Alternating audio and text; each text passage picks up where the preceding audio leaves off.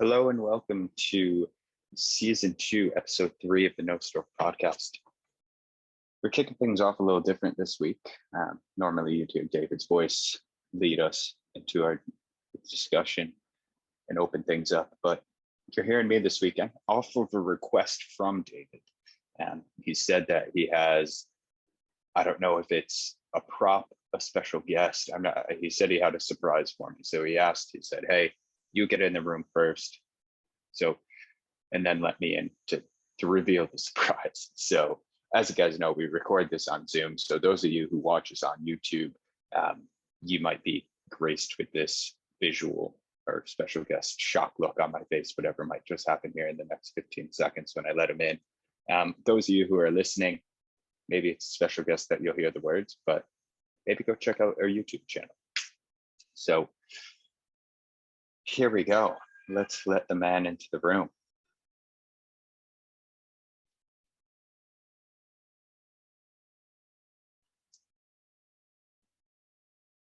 He's connecting, not showing his video. Oh, is that surprise, David? You're gonna block out your face for the evening. Nice surprise. Oh, very good. Tonight's special podcast guest. A little bit of puppy therapy. I love it. So, welcome to episode 4, Mike. This is a short session. I screwed things up, David. I said it was episode 3. No, we've been moving and shaking. 4 already. Dr. Caroline Brown last week was 3. So we have 4, and Sully's eating our mascot right now. So I don't know how long he'll be staying with us. But that's hilarious. I was if you saw me go off camera there, I was on the hunt for my girlfriend's cat. Oh, were you? Oh, that would have been see perfect. If we could make a friend. But no, just you and Sully. So those of you who are listening, David brought it is.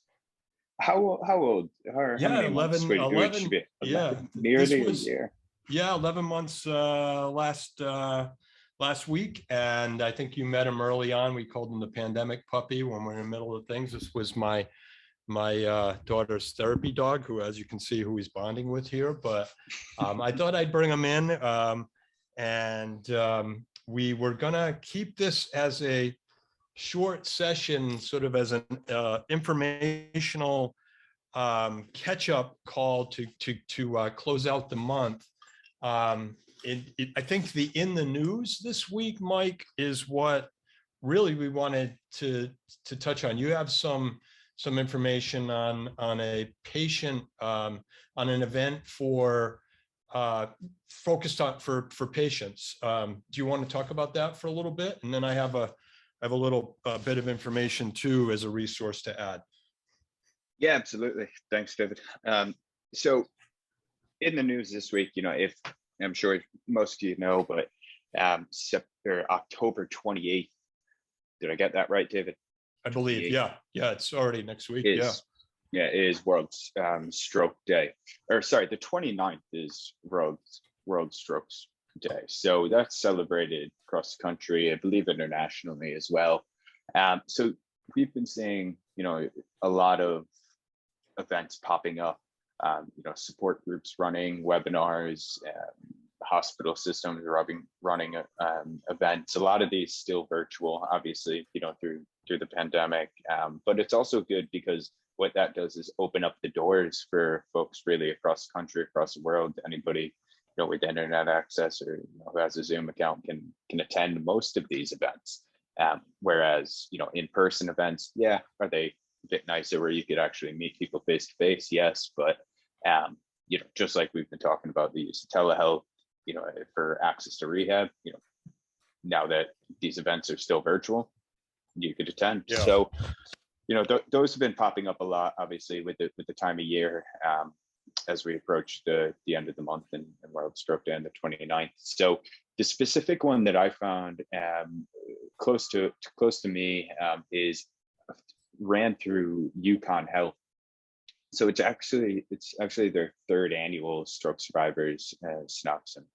So they focus on topics such as stroke as a preventable and treatable disease, cover and manage your stroke risk factors, including kind of what to discuss with your primary care provider.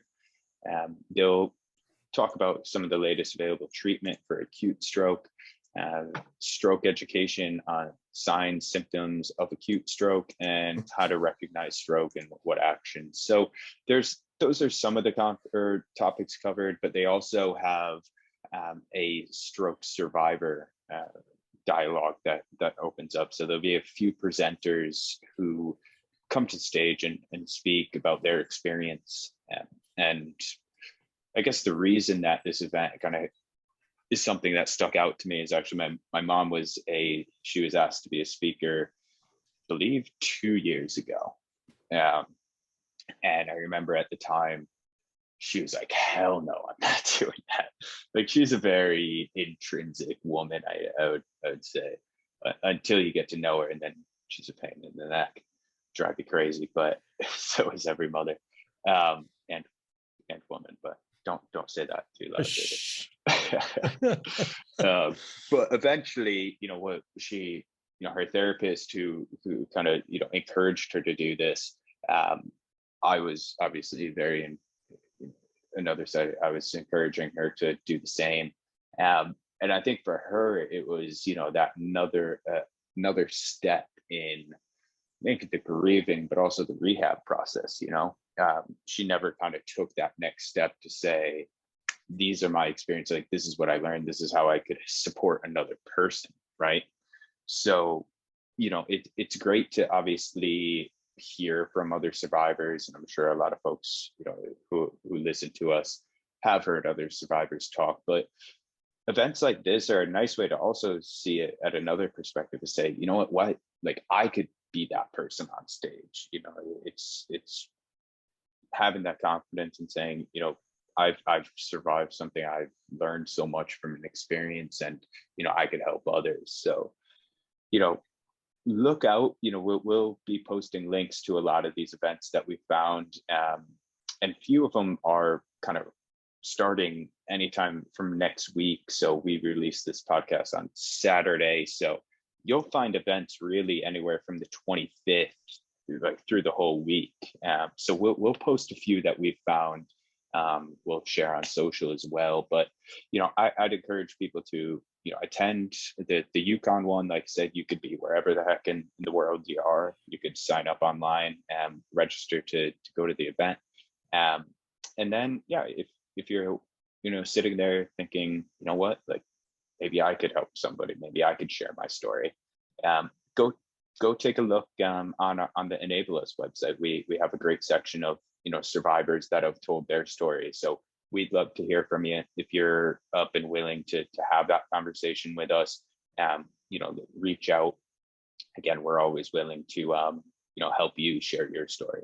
So. Yeah, that's perfect, Mike. And it's while listeners are over at the website, I'd encourage them also to maybe go back in and maybe it's the first time, or maybe you originally took a survey that we have. I have it posted both on my blog, and my site at nostroke.org. And we also, I believe, still have the link up on Enable Us. If not, we'll put the direct link in the show notes, because I was reminded on our episode last, the third episode with Dr. Brown, when she was sharing the patient perspective and things, it really made me kind of reflect back and actually go into the survey and look at some of the exit questions, because we asked this question of Dr. Brown about, the magic wand question. And it made me think that even if survivors had or caregivers, because we have it open to both, if things have changed, since, I don't want to say post-COVID, because we're still in the thick of it, really. And hopefully we'll emerge out at some point. But it made me think when Dr. Brown was describing sort of the perceptions and the reality of where survivors are and what they're actually, what they want. And, And really, what surprised a lot of folks was that community with Dr. Brown's programming around group and being able to share experiences like you just mentioned perfectly. There's a time when you shut down and you're angry, and then there's a time when you wonder why this happened. We've all been through it as survivors, and then you realize, well, let me make something good of this. So I'd really encourage folks to maybe share with us if they're not willing to or not ready to share via the survivor stories, or maybe come in and share on our website, or maybe come in as a guest on our show here, to if they're willing to kind of share, especially that last question on the survey that talks about what's still missing, what would be the perfect recovery experience, and especially now more than ever, we talked about how resources are maybe not as readily available, or they've changed, or there maybe folks are looking for something completely new and different. So we want to have that information so that we can continue on our mission and bring in guests and really work towards the ultimate project is bringing a community together through our platform. So that will be in the show notes. But it really made me reflect after speaking with Dr. Brown, and almost went back now to some of the other stroke survivors that we've had on as guests, and those same themes resonate. So that's a great resource that you brought up to the guests. I want to add just one other, I may have shared this because I really like the work that I may have shared it on a blog on No Stroke, but I'm not sure if I've put it on Enable Us. Are you familiar with the American Academy of Neurology's Brain and Life publication? It's fairly new if you haven't heard of it. And it's in print and it's free. So it's a great resource, really timely subjects. They cover everything around the brain, from neuroplasticity to, the brain gut connection, nutrition. They always spotlight something on exercise, something on mindfulness.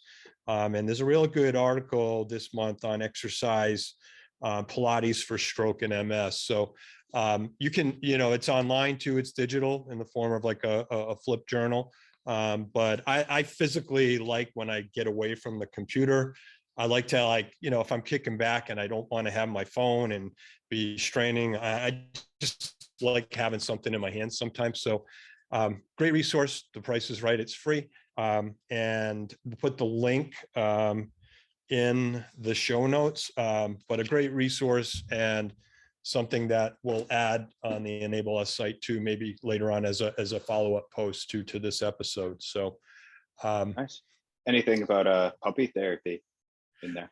Well, yeah, that's you're sorry you made an early. I don't know if it's as therapeutic for you though, David. I remember, so I came over to David's one in-person podcast that we ran over the summer with Peter at TheraCycle, who we do need to bring back and catch up on. I hear there's some interesting things happening with the clinical trial that is running, so sure. Could be our first repeat guest. But would we say puppy therapy? I mean, Sully, when I first met him, this guy it was early in the summer, right? So your pool was still covered, and he was trying to get everywhere that he shouldn't be. Everywhere that he shouldn't be. He was a young pup, but at that age, when he's that age, I don't know how therapeutic more than adding to the headaches. Well, it's in his genes, so he knew there was water under there, and he's become quite the water dog. I'm not one of those parents that send videos every day, but I was very impressed by some of his summer catching some air. And I figure with your basketball background, I wanted you to analyze how much air he actually got launching into the pool. But he's made a lot of progress since you've seen him in person. He's back on the farm. In fact, I sent you a nice fall trail walk photo before we jumped on today. That was part of his training to take him out in the wild and see if he'll come back. And he did come back because he made an appearance. Nice. So He did. He he did. did. Oh, He did. were there treats to be given? Yeah, it was like we've been told that he's got to be put to work, and that's so true because he's on any smell, and we're gonna put it to good use. He's a lovable dog, but he has to be working. So if he's not working, he's getting in trouble. So you know what? He's I'll throw another dig at you, David. He's keeping you young. Yeah, there you go. There you go. So I think that and he's keeping me moving, Mike, because part of that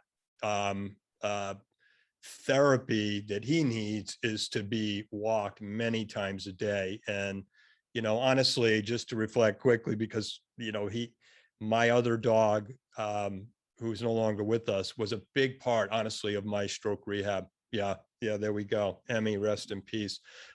She really, was part of what made me walk when I didn't feel like I even wanted to be out of the house. But you have a dog staring at you and just not moving, locked on your eyes until you say the word walk and get her out of the house. So Sully's carried that tradition very well. And I know, speaking to survivors over the years, that that pet therapy is a big part of healing too. So you know what? I think at some point that's actually a nice guest to try to bring on.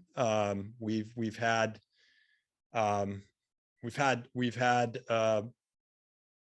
lot of neurotech. We've had a lot of cutting edge digital.